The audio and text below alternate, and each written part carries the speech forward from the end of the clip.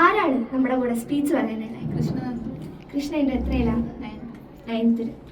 അപ്പം നമുക്ക് സ്പീച്ച് കേൾക്കാം. നമ്മുടെ എല്ലാം ജീവിതത്തിൽ ഏറ്റവും മഹത്തായതും മാനുഷികവുമായ ഒരു പ്രവൃത്തിയാണ് അവയവദാനം. മരണശേഷം മറ്റൊരാൾക്ക് ജീവിതം നൽകാൻ സാധിക്കുക എന്നതിനേക്കാൾ വലിയൊരു പുണ്യം വേറെന്താണ്? ഈ ലോക അവയവദാന ദിനത്തിൽ അത്തരമൊരു നന്മയുടെ പ്രാധാന്യത്തെക്കുറിച്ചാണ് ഞാൻ ഇന്നിവിടെ സംസാരിക്കാൻ പോകുന്നത്. നമുക്കറിയാവുന്നതുപോലെ എല്ലാ വർഷവും ഓഗസ്റ്റ് 13 ലോകമെമ്പാടും ലോക അവയവദാന ദിനമായി ആചരിക്കുന്നു.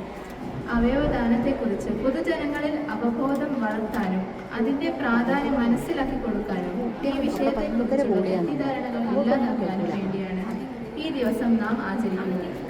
നമ്മുടെ ഈ ഭൂമിയിൽ ലക്ഷക്കണക്കിന് ആളുകളാണ് അവയവമാറ്റ ശസ്ത്രക്രിയയ്ക്കായി കാത്തിരിക്കുന്നത്. വൃക്കകൾ, കരൾ, ഹൃദയം, കണ്ണുകൾ തുടങ്ങി ഒരുപാട് അവയവങ്ങൾ ദാനം ചെയ്യാൻ സാധിക്കും.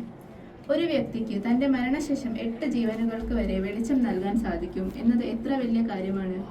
എന്നാൽ ഇതിനെക്കുറിച്ച് പലർക്കും ഭയവും തെറ്റിദ്ധാരണകളുമുണ്ട്. അവയവദാനം മതവിരുദ്ധമാണെന്നോ അത് മരണത്തെ ത്വരിതപ്പെടുത്തുമെന്നോ ഉള്ള ചിന്തകൾ പലരുടെയും മനസ്സിലുണ്ട്. എന്നാൽ വൈദ്യശാസ്ത്രം ഇത് പൂർണ്ണമായും തെറ്റാണെന്ന് തെളിയിച്ചിട്ടുണ്ട്.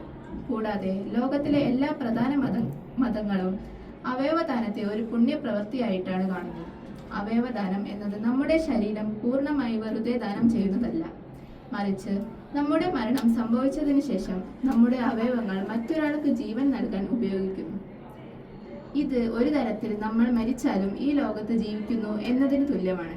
അവയവദാനം ചെയ്യാൻ നാം സ്വയം തീരുമാനമെടുക്കുകയും അതിനെക്കുറിച്ച് നമ്മുടെ കുടുംബാംഗങ്ങളോട് സംസാരിക്കുകയും ചെയ്യേണ്ടത് വളരെ പ്രധാനമാണ്. കാരണം നമ്മുടെ മരണശേഷം നമ്മുടെ ഈ തീരുമാനം നടപ്പാക്കേണ്ടത് അവരാണ്. ഈ ദിനത്തിൽ നമുക്ക് ഓരോരുത്തർക്കും ഒരു പ്രതിജ്ഞ എടുക്കാം.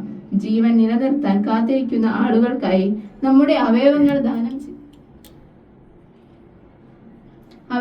ദാനം ചെയ്യാനുള്ള തീരുമാനം എടുക്കാം. ഒരു പുഞ്ചിരിയുടെയും ഒരു സ്നേഹത്തിന്റെയും ഒരു ജീവിതത്തിന്റെയും വെളിച്ചമായി മാറാം. അവയവദാനത്തെക്കുറിച്ച് സമൂഹത്തിൽ കൂടുതൽ അവബോധം വളർത്താൻ നമുക്ക് ഒരുമിച്ച് പ്രവർത്തിക്കാം. ജീവൻ നൽകുന്ന ഈ മഹത്തായ പ്രവൃത്തിയിൽ പങ്കാളികളാവാം. നന്ദി.